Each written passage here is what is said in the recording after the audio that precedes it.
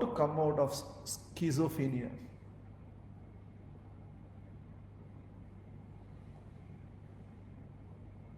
Depends on at what level and what stage.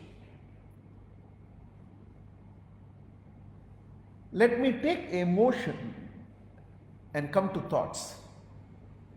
Because emotional state is called hysteria and mental state is called schizophrenia.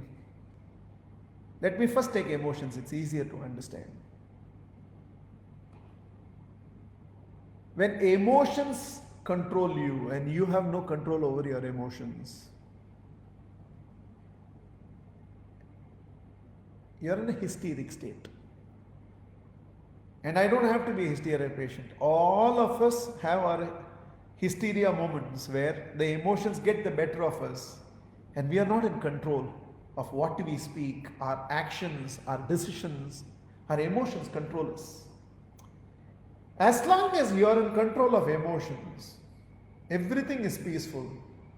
When your emotions gain control over you, nothing is peaceful, nor for you, nor for anybody around you. It's called the hysteric state. For all of us, state of hysteria visits us once in a while. A hysteric patient is permanently in that state. They are not in control of any behavior of theirs because their emotions in those moments control their behavior. So you need to help them. How do you help them? By finding ways by which, at a psychological level, at a psychiatric level, to calm down this entire emotions. Schizophrenia is where your intellect is not in complete control of your thoughts. You are in state where your mind acts independent of your intelligence. Because intelligence has discriminative power. Right, wrong, do's, don'ts, good, bad, evil. This is, it knows to choose between polarities. When the intellect is not in control, you are hallucinating, you are imagining. You are in a reality which is not actually real. But this is a very projected reality state in which you are. Which means so much of thinking is happening right now. So that is why most of the time the treatment for schizophrenia is sedation. Apart from everything else they do, they try to increase the hours of your sleep, sedate you.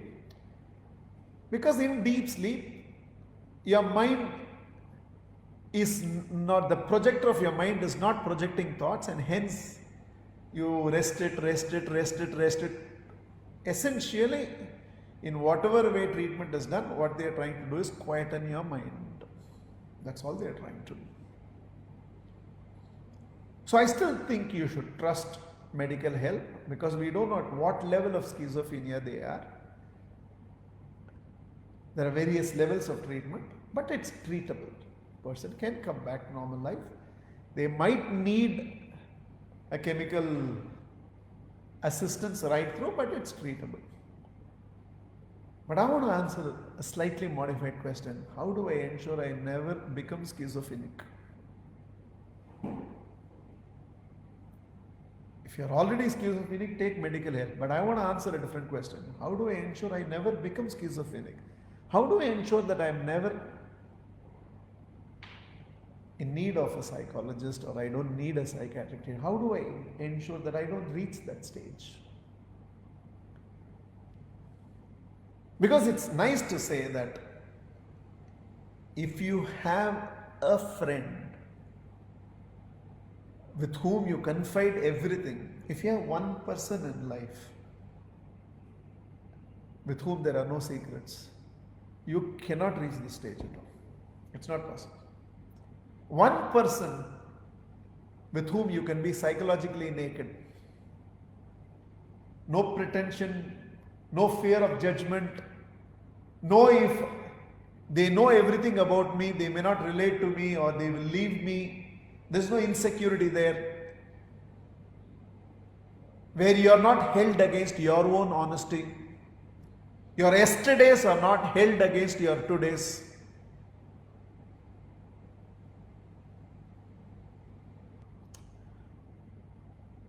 So, how do you ensure you need a friend in life with whom you can be psychologically naked? Nothing heals like honesty, and I need one relationship where I can be absolutely transparent. But I don't think we live in a world where there are enough matured people who will not hold your honesty against you. Those of you who have one such friend, it's worth even kissing that feet and saying thank you for being in my life. You don't have that, then what do you do? There's one thing which I've always said, I'm repeating it. Practice few minutes of silence every day. From the time you are born, the mind has been trained to think. You've done from your education system to your society to your peer group, everybody around has only taught you to think. We have never been consciously trained to quieten the mind. So the mind does not know to quieten itself. By decision, you should be able to quieten the mind, and you need to learn to quieten the mind. Practice non-doing and quieten your mind. It will make a lot of difference to you. 2. Repressed emotions, suppressed emotions for a prolonged period of time has this mental bearing in you where you start losing control over your thoughts. So release is required. It's got to look a little crazy, but there is something called catharsis. Catharsis is let go. It's going to be crazy, but it's worth doing it. Anytime you go through a period in life which is very repressive, anytime you're fighting an emotion where if you express it, it will hurt the relationship. If you suppress it, it is hurting you. Anytime there's moments of exploitation, you feel cheated, you feel betrayed, you feel victimized, you feel so helpless, you feel manipulated, and you find yourself in very helpless situations. People go through this, and you need help. Just lock yourself in a closed space and do gibberish. Gibberish simply means speaking in a language that you do not know. Gibberish is done like this.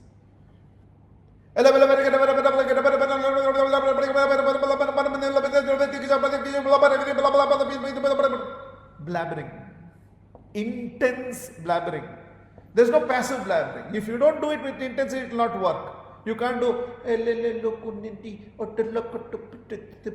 nothing will happen. It has to be intense, it has to be intense. And the body language is you're throwing everything unwanted out of you.